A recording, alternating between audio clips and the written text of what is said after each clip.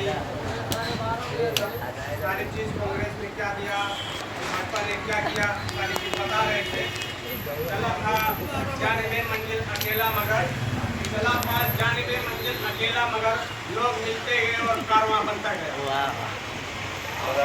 मैं यहाँ पर इस कार्यक्रम बैठक में आए हुए सभी लोगों का, हमारे वरिष्ठ नेता कांग्रेस पार्टी के श्री विनायक पाटिल जी और यहाँ के ग्राम अध्यक्ष जनाब मौलाना इम्तियाज साहब को तहे दिल से शुक्रिया अदा करता हूँ, जिन्होंने इस मंच को सजाते, इस दुर्गा सभा को सजाया और बसाया।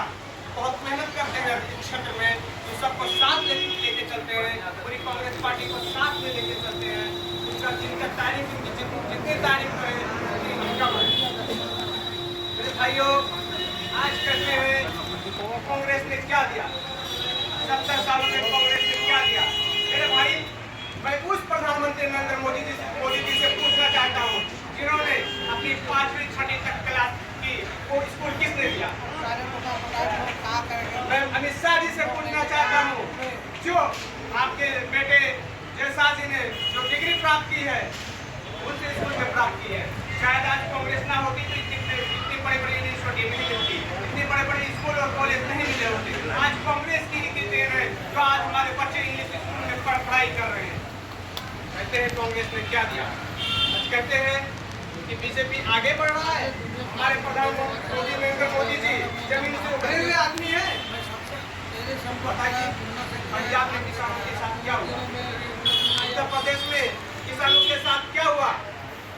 टेनी का बेटा, वो बीजेपी का मंत्री का बेटा, जिन्होंने हमारे किसानों के ऊपर गाड़ियां पे चढ़ा दी। बताइए क्या दिया, ये दिया कि हमारे 700 किसान से दिया मारे गए।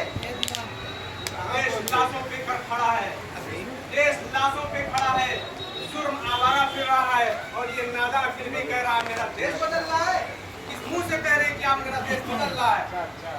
कुछ दिन पहले डोनाल्ड ट्रंप की बेटी इवांका ने ये ट्वीट किया कि प्रधानमंत्री नरेंद्र मोदी जमीन से उभरा हुआ आदमी है। बताइए, अगर जमीन से उभरा हुआ आदमी है तो ये ट्वीट लोग क्यों नहीं करते। अपराधियों के साथ क्या हुआ, कमरेज के साथ क्या हुआ, ये ट्वीट क्यों नहीं करते। हमारे उन किसानों के साथ क्या हुआ, ये ट्वीट क्यों नहीं करते। मणिपुर पे जल रहा, मणिपुर के साथ क्या हो रहा है। वहाँ का मुख्यमंत्री, सूबे का मुख्यमंत्री क्या कर रहे हैं, आप क्यों नहीं करते। हमारी मणिपुर की बेटी के साथ क्या हुआ, ये क्यों नहीं करते। सही समय हुए हैं क्या आप हक के साथ आपका कलम, हक लिखने का कलम रुक चुका है आपका। बताइए, महंगाई हमारे देश में, महंगाई चरम सीमा पर है जिसका कोई हिसाब नहीं। जो दाल 60 से 70 रुपए किलो मिलते थे आज 120 रुपए किलो मिलता है। बताइए, तो वो किसान कांग्रेस चोर थी। आज 120 रुपए किलो वाला दाल कांग्रेस, आप सच्ची सरकार है। उस समय कांग्रेस चोर थी। पेट्रोल 60-70 रुपए किलो, जब 60-70 रुपए लीटर पेट्रोल मिल रहे थे कांग्रेस चोर थी। आज 110 रुपए लीटर पेट्रोल है। आप सच्चे हैं। जब गैस की 200 रुपए सब्सिडी आती थी और 444 रुपया गैस का एक बॉटल था, तब कांग्रेस चोर थी। आज 1000 रुपया के पार है गैस और उसमें सब्सिडी भी आप लोग खा लिए। आप सच्चे हैं। मेरे भाइयों, आप सबको मिलकर इस बार इस सरकार को करारा मुंह तोड़ जवाब देना पड़ेगा, क्योंकि हम सोचते हैं कि हमारी एक वोट से क्या हो जाएगा। बूंद से सागर बनता है। हमारे एक वोट बहुत कुछ कर सकता है इस देश के लिए। लेकिन वोट के लिए आपको संघर्ष करना पड़ेगा, डोर टू डोर संपर्क करना पड़ेगा, जाना पड़ेगा, लोगों के बीच में जाना पड़ेगा, तब हम उस सरकार को करारा जवाब दे पाएंगे। मेरा कांग्रेस ने इस देश को क्या किया। कांग्रेस ही है उमर अब्दुल्ला को मंत्री बना दी। कांग्रेस ही है कश्मीर के जो आज बेचारे नहीं है इस पार्टी में। गुलाम नबी आजाद कांग्रेस ही है जिनको मुख्यमंत्री बनाया। अब्दुल्ला अब्दुल्ला साहब को मुख्यमंत्री बनाया, महाराष्ट्र का मुख्यमंत्री बनाया, वो कांग्रेस ही तो है। कांग्रेस ने देश को बहुत कुछ दिया है।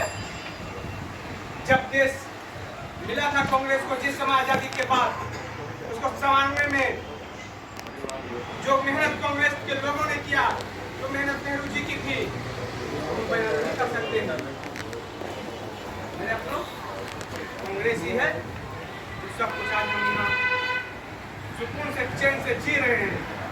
कहते हैं ये देश मेरे हिसाब से चलेगा, ये देश आपके हिसाब से नहीं चलने वाला है, ये देश आपके काले कानून के हिसाब से नहीं चलने वाला है, ये देश नेहरू जी के विचारों से, डॉक्टर बाबा साहब के संस्थान से, ये देश चंद्रशेखर जी के लहू में जो सोच फांसी के फंदे पर चढ़ गए थे, सीधे सीधे शहीद भगत सिंह ने अपने सीने पे गोलियां खा ली थी।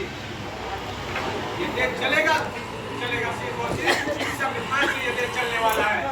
इतने खूबसूरत मुल्क को आप क्यों लहू में रंग देना चाहते हैं? यहाँ हिंदू, मुस्लिम, सिख, ईसाई सारे धर्म के लोग इस देश का खूबसूरती है। ऐसा कोई देश नहीं है मेरे अपनों कि सारे जाति और सारे धर्म के लोग रहते हैं। ये भारत है, इतना खूबसूरत मुल्क है, इसको लहू से मत रंगिए मेरे अपनों। इसको, इस देश को बचाना है, इस देश को संभालना है, इस देश को जिससे मेहनत करनी है और मेहनत करके ये खड्डे से इस देश को निकालना है। अभी तक तो हमने गोरे अंग्रेजों से आजाद तो कर लिया, लेकिन अब काले अंग्रेजों से देश को आजाद करना है। इसकी लड़ाई हम सबको मिलकर लड़ना होगा, लड़ना होगा। बहुत मेहनत करते हैं, 18 घंटे काम करते हैं और इस देश को कंधे से कंधा मिला के चलते हैं। मेरे अपनों राहुल गांधी है, पैदल अपने पैरों की छाला बिना परवाह किए हुए 3000 किलोमीटर पैदल नाप देते हैं इस देश को। आप बोलते हैं कि मैं जमीन से बड़ा हुआ नेता हूँ। वाह नेताजी वाह। ये राहुल गांधी ही है इस देश को उनकी तकलीफ को समझ रहा है, उनकी परेशानियों को समझ रहे तो गले लगा रहे हैं। पिछले दिन झांसी वाला राहुल गांधी जी से मिला, तो मैं तो ऐसा लगता बात देख रहा हूँ, मुझे मैं तो महसूस ही नहीं कर रहा था कि मैं राहुल गांधी जी से मिल सकता था। मगर मेरे अपनों गरीबों को गले लगाने वाला आज कोई बचा है तो सिर्फ और सिर्फ राहुल गांधी जी है। मुझे बताइए, नरेंद्र मोदी जी से क्या किसी से मिल सकते हैं इस समय? कोई भाजी वाला से मिल सकते हैं? राहुल गांधी है जो गले लगा रहा है, राहुल गांधी है जो किसानों को गले लगा रहा है, जो खड़ा है अगर इस देश के साथ कोई तो राहुल गांधी खड़ा है। सब इस देश को लहू से भिगोना चाहते हैं भाजपा वाले, मगर राहुल गांधी जी तरह खड़ा है। राहुल गांधी जी के लिए मेरे अपनों, अगर उनके लिए हम लोग उनके साथ नहीं खड़े हो सकते हैं तो देश चले जाएगा। देश है, उसको बचा लीजिए। महात्मा गांधी ने देश के लिए महात्मा गांधी आजादी को जो आजादी दिए थे उसको आगे ले जाना है। हमने कहा बड़े अंग्रेजों से तो आजाद पा लिया, लेकिन काले अंग्रेजों से हमें लड़ाई लड़ना है।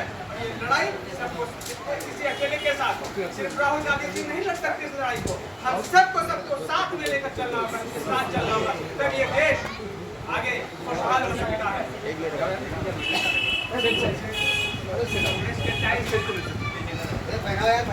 सत्तर के पास जाता था, हमारे मनमोहन सिंह जी क्या कर रहे हैं? आज 75 रुपया पहुंच गया मेरे अपनों। आज मौन प्रधानमंत्री जी, आज एकदम मौन है। जब ये साग और सब्जी 2-5 रुपया किलो मिलता था तब कांग्रेस चोर थी, आज 30-40 रुपया किलो भिंडी वगैरह मिल रहा है। कहाँ गई वो स्मृति ईरानी जो पहुंच जाया करती थी बाटला लेकर, पहुंच जाया करती थी सब्जी लेकर? आज वो कहाँ छुपे हैं, कहाँ मौन होंगे? कहाँ चले गए? आप कौन सा भरना होगा और हमको सबको इस लड़ाई को लड़ना होगा। इन्हीं बातों के साथ मैं अपनी बात खत्म करता हूँ कि देश लाशों पर खड़ा है, जुर्म आवारा फिर रहा है। देश लाशों पर खड़ा है, जुर्म आवारा फिर रहा है। मेरा देश बदल रहा है।